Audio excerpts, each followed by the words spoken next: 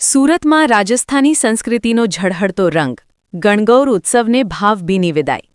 સુરત શહેરમાં રાજસ્થાની સમાજ દ્વારા ઉજવાતો લોકપ્રિય અને આધ્યાત્મિક ઉત્સવ ગણગૌર આ વર્ષે પણ ભારે શ્રદ્ધા અને ઉત્સાહ સાથે ઉજવાયો હતો.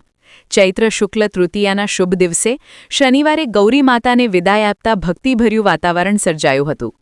ગણગૌર ઉત્સવ રાજસ્થાની પરંપરામાં સ્ત્રીઓ માટે વિશેષ મહત્વ ધરાવે છે. આ પર્વમાં માતા ગૌરી અર્થાત પાર્વતીજી અને ભગવાન શિવ અર્થાત ઈસરજીની પૂજા કરીને સુખી દાંપત્ય જીવન અને પરિવારના કલ્યાણ માટે પ્રાર્થના કરવામાં આવે છે. હોળિકા દહન પછી શરૂ થતા આ 16 દિવસના ઉત્સવ દરમિયાન મહિલાઓ રોજ સવારે પૂજા અર્ચના કરે છે અને લોકગીતો દ્વારા પોતાની શ્રદ્ધા વ્યક્ત કરે છે.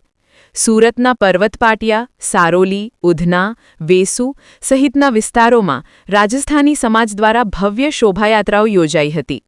રંગબેરંગી વેશભૂષામાં સજ્જ મહિલાઓ અને યુવતીઓએ પરંપરાગત ગીતો ગાઈને ગૌરી માતાની ભક્તિમાં લીન થઈ ગયા હતા. સમગ્ર વાતાવરણ લોકસંસ્કૃતિના રંગોથી રંગાઈ ગયું હતું.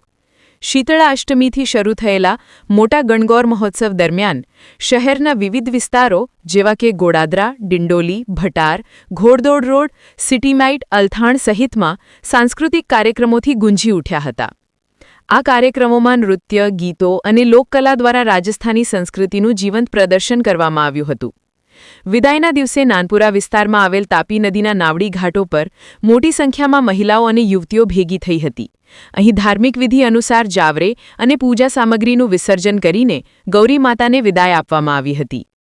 આ રીતે સુરત શહેરમાં ઉજવાયેલ ગણગૌર ઉત્સવે માત્ર ધાર્મિક ભાવના જ નહીં પરંતુ રાજસ્થાની સંસ્કૃતિ, પરંપરા અને એકતાનો સુંદર સંદેશ પણ આપ્યો છે.